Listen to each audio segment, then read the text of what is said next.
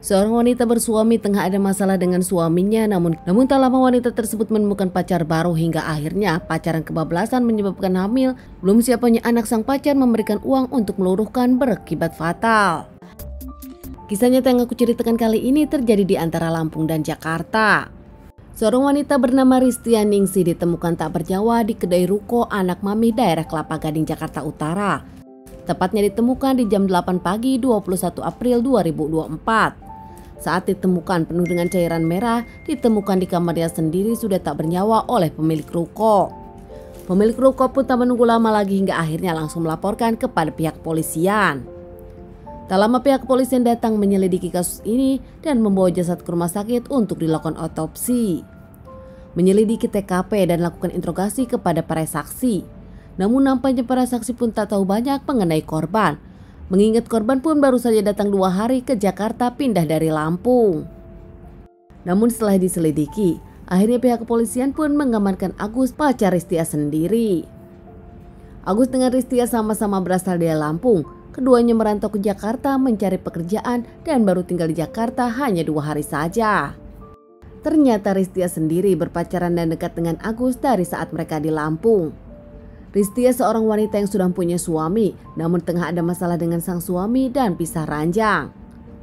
Ristia sendiri punya 3 orang anak yang kini tinggal bersama orang tua Ristia, dan sang suami yang pergi nampak tak peduli lagi. Karena ada masalah dengan sang suami, Ristia pun bertemu dengan Agus dan akhirnya dekat dengan Agus, bahkan berpacaran. Mereka berpacaran diam-diam. Ristia yang harus membiayai ketiga orang anaknya, dan nampaknya Agus pun sama jadi tulang punggung keluarga di keluarganya. Membuat Agus dengan Ristia memutuskan untuk merantau ke Jakarta, bekerja di Jakarta. Agus yang tahu kalau Ristia sudah bersuami dan belum bercerai, Agus sendiri mempunyai alasan kenapa mereka berpacaran diam-diam. Meski keduanya kerap melakukan, namun mereka memang tak menginginkan Ristia hamil. Bahkan berbagai cara pun ditempuh agar Ristia tak meneruskan kehamilannya. Namun ternyata sebelum ke Jakarta, Ristia mengungkapkan kepada Agus kalau dirinya tengah hamil. Kehamilan Ristia ini tak diinginkan keduanya, mengingat satu, Ristia belum cerai dengan sang suami dan nampaknya Agus pun tak punya uang, belum siap menikah. Keduanya pun sama-sama ingin bekerja hingga akhirnya Agus memberikan uang 300.000 untuk meluruhkan kandungan. Ristia saat itu pun membelikan obat-obat dengan uang tersebut. Sudah punya 3 anak dari pernikahannya, Ristia yang tak ingin punya anak lagi, apalagi ini adalah anak perselingkuhan, membuat dirinya berusaha berbagai cara untuk mengeluarkan janin yang ada dalam kandungannya.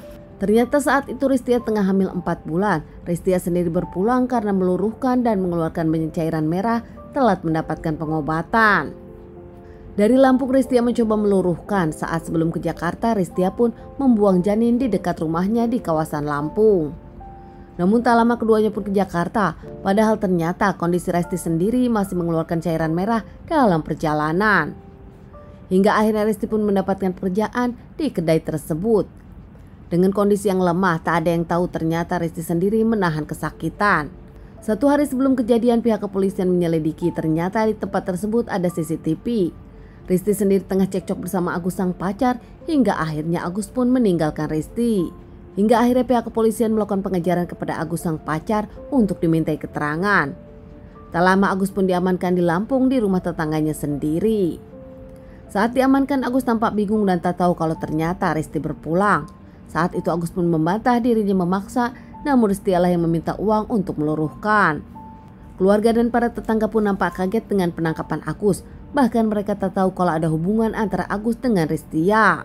Agus pun mengungkapkan dirinya tak tahu kalau Ristia sakit karena peluruhan. Memang di antara keduanya ada cekcok. Agus yang belum mendapatkan pekerjaan tetap hingga akhirnya memutuskan pulang ke Lampung, sementara Ristia bekerja di Jakarta.